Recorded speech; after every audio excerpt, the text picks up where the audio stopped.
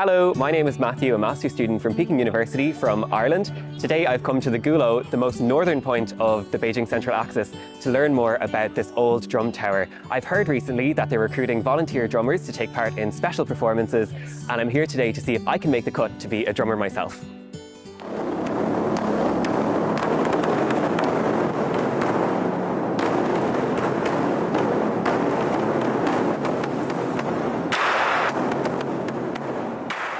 Well, after listening to such an interesting introduction about the drums used in ancient China, it's clear that drums play a really important role in ancient civilization. And I was reminded actually of the Irish drum, the bodhrán, which is played like this actually, is a traditional Irish drum which is still used today in Irish traditional music.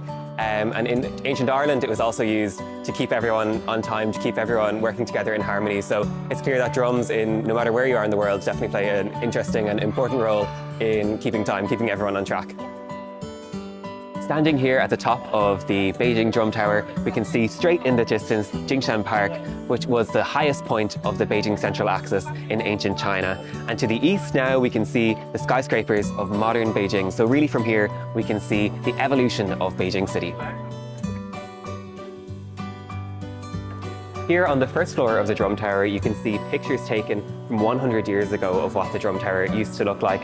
And you can see in ancient times the drum tower still played a very important role in people's lives. We could see that many people used to gather behind the drum tower where I entered from, and they would gather here and they would sell goods. It was really a hustle and bustle place for everyone in Beijing. So it was very important in ancient times, and following the beat of the drums, people would know when to start selling and when the day was over, and they could pack up their goods and go home.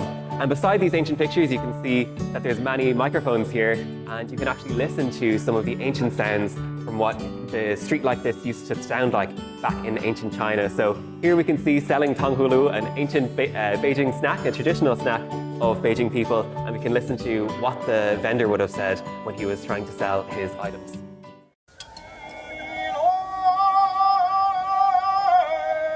Wow, I can really feel the atmosphere of what it must have been like to be in ancient China.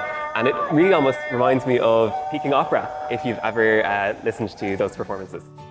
So inside the drum tower, we just saw what the outside here area of the drum tower looked like 100 years ago.